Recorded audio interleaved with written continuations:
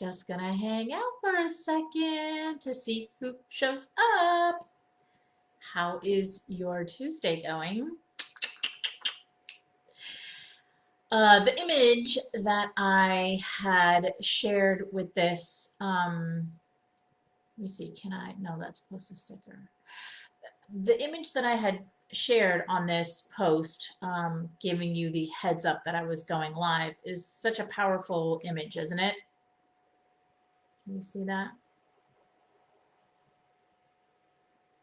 And I've used this image many times for different posts, all pertaining to narcissistic relationships, narcissistic men, and this idea just came in my head. Just do a live on the reason why you keep attracting these narcissistic partners, because I hear this all the time from women that I feel like a magnet to narcissistic people. I feel like a magnet to narcissistic, in dating, they're talking about.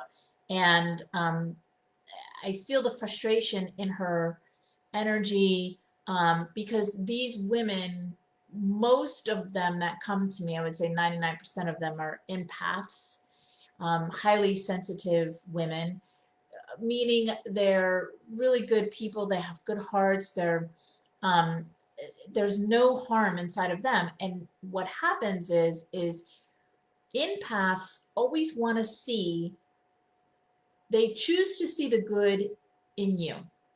So while that's great, it also can harm you because you only want to see the good in other people. So what you're doing is you're ignoring the red flags, you're ignoring the truth, you're ignoring the way the narcissistic person is actually telling you and showing you who they really are, which is very common.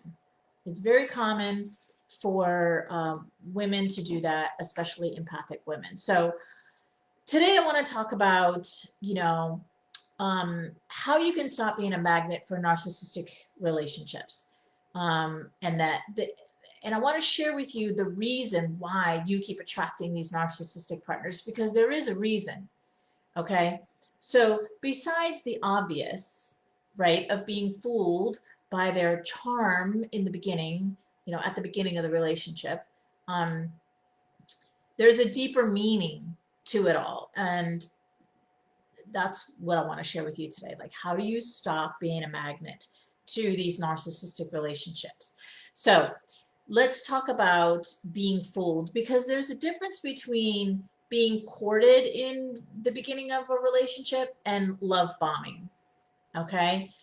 So I'm going to use myself as an example. When Ray and I first started seeing each other, we were on, I don't remember which date it was. Like, we were friends before, and then we were on like official date. I want to say it was maybe one or two. I think it was one, and it was Valentine's Day. And so we went out to this Valentine thing. We saw a live band, and then he had a bag of chocolates, which I thought was so sweet, and a purple flower plant, whatever it was, and that's so sweet. And I was so like really appreciative of that, and that's great, right? But and that's courting, right? This is, I like you, I want to show you I like you, I want to take you out to dinner, I want to buy you chocolates or flowers. That's courting. Love bombing is the best way for me to describe love bombing is too much too soon. It's this overbearing amount of flowers and chocolates and dinners and let's say I love you. Let's tell each other I love you too soon in the relationship. That's love bombing. Um, oh, the starry eye. There was this guy that I was seeing, obviously before Ray, and he would just stare at me like, ugh. When he would look at me, I would be like, dude, back off. Like, we're just seeing each other. Like, don't act like you're in love with me because you barely know me. So there's this like glaring look that in the love bombing they'll do. It's like, it's almost like they're telling you they love you in with their eyes too soon, right? And that's the thing. Like, my whole thing when I was dating, I was like, you don't even know me. You don't even know what is my favorite food or what I like or what makes me laugh, or you don't know me. So how can you say you love me? Because when you love somebody, you love them for who they are. There's things about that person that you love. So that's the best way that I can describe love bombing. So there's a big difference between courting in the dating part, and then there's the love bombing. So you want to pay attention to that, because here's the thing: narcissistic people always tell you who they are without telling you who they are. By their actions, they always tell you who they are. Always. And when you heal from that, when you heal from the past experiences that you've had with narcissistic relationships and narcissistic people, you'll recognize that right away. You'll know this right away. Like, I hear stories all the time and I'm like, even my daughter, when she was dating, I was like, sounds like a narc, right? So so let's get into the deeper meaning. Let's talk about that for a second, because my belief is you understanding what is actually going on helps so much. Let me just check my Facebook and make sure you guys can hear me, because on my computer, for some reason, it doesn't show me.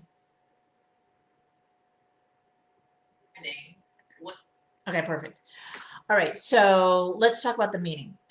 There's a deeper meaning to it all.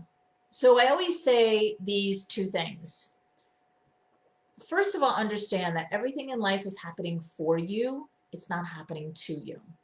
Everything in life is happening for you. It's not happening to you.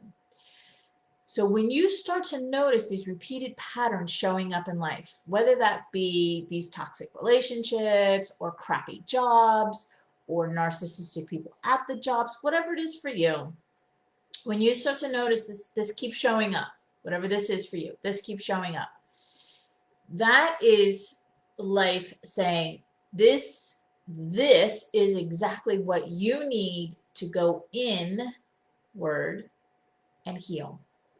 That's all it means. It's not a punishment. It's none of that. It's simply just saying that's what you need to go inward and give attention to. Okay? So when the deeper meaning to all of this is, there's two things that are happening when you find yourself in these repeated patterns attracting narcissistic people in relationships. One, this is the part of you that either you can't see, or two, this is the part of you that you don't like about yourself. So let me explain that a little bit deeper. I'll use myself as an example. When I was married for 22 years, I married a worse version of, my parents. Some characteristics of both, right? Worse version. In fact, when, when there would be a comparison, I would say, don't even compare him to my dad, because he's not my dad. He's a worse version. So, so there's parts of us that we like, and that's the parts that we share on social media. Look at me, I got married, this perfect this, and look at my new car, and look at my vacation, and look at my relationship. There's parts of us that we are willing, nobody has to tell us, that we're willing to go out and share and tell you all the details of it, right? And then there's parts of us that we hide, that we're not willing to share, that we're ashamed of, that we feel guilty about, that we don't want to share for X, Y, and Z reasons, okay? And that's the parts that need your attention the most. So it could be the parts of you that you're not willing to admit to yourself to go in and heal yourself, and that's why it keeps showing up in your outside world, okay? Or it could be there's parts of you that you cannot even see. So let me go back to the story of when I was married. My ex, I married somebody who, like I said, was the worst version of my mom and dad put together. So I didn't realize that. I didn't see that. I couldn't see that. I was only focused on blaming and pointing the finger at my ex and blaming him and pointing the finger at all of the things that he was doing or not doing. It was his fault, his fault. I was so laser focused on just blaming him that I couldn't see outside of what the bigger picture of what was going on. The bigger picture of what was going on was that I wasn't going inward. I wasn't looking at my past. I wasn't looking at the way I was raised and the relationship that I was raised to see, right? Because your example of a relationship is the relationship that you were shown by whoever raised you, mom and dad, grandparents, whatever. So if that relationship had a lot of yelling and screaming and calling each other names, disrespect, and all of those things, then in the back of your mind, in the subconscious mind, you're going to recreate that relationship. Now, here's what happens. Most of the time, you recreate that relationship, but even worse. And that's what happened to me. I created a worse version of the relationship that I grew up with. And again, this is life just saying, this is what you need to work on, Denise. This is what you need to look at. This is what you need to heal. This is what you need to give attention to. But I couldn't because, again, I was so focused on blaming my ex for everything. He was the reason why I was miserable. He was the reason why my life was going the way it was. He was the reason why I felt like I wasn't good enough. I had low self-esteem. I had all these insecurities. He was the reason. And that's easy, right? It's really easy to point the finger at somebody. But when you point a finger at one person, remember there's three pointing back at you. And there's a reason for that. So the deeper meaning to all of that is that you have to see the parts of you.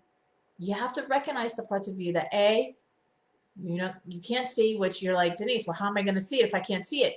You get some help. Therapy, counselor, hire somebody, a coach who can help you. Whatever it is. You need somebody on the outside of you to point to you what it is that you need to see.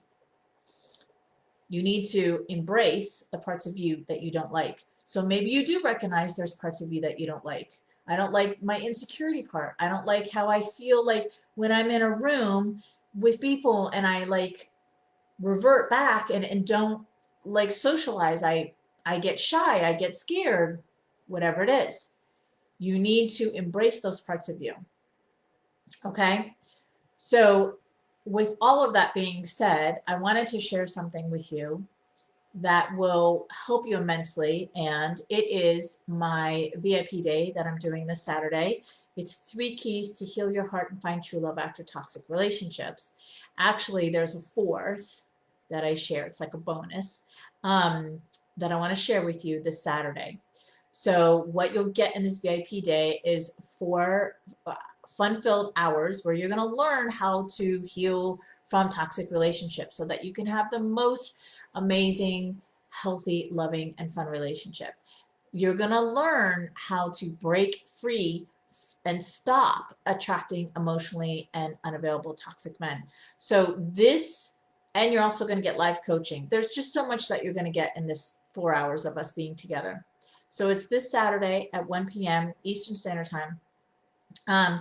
I'll post like the testimonies in the comments below so that you can see what other people are saying about this VIP day that I've already done. It's only $25 for 4 hours of us being together. So we're going to do meditations, we're going to do clearings, we're going to do exercises together to clear out and heal your heart so that you can find true love after toxic relationships. So that's what I have for you today. And I will put that link in the comments below as well. And as always, I hope you have an amazing day. I hope this brought you some clarity and some value for you to really see like what's going on and how you can stop being a magnet for narcissistic relationships, because it's not fair for you to live like this. It's not fair for you to live not feeling safe and secure in relationships. It's not fair for you to not actually experience what true love really feels like. it's not fair. So I encourage you, whether it's with me or anybody else, for you to reach out and get the healing that you deserve. All right, my loves. I hope you have an amazing day. I'll talk to you later. Bye.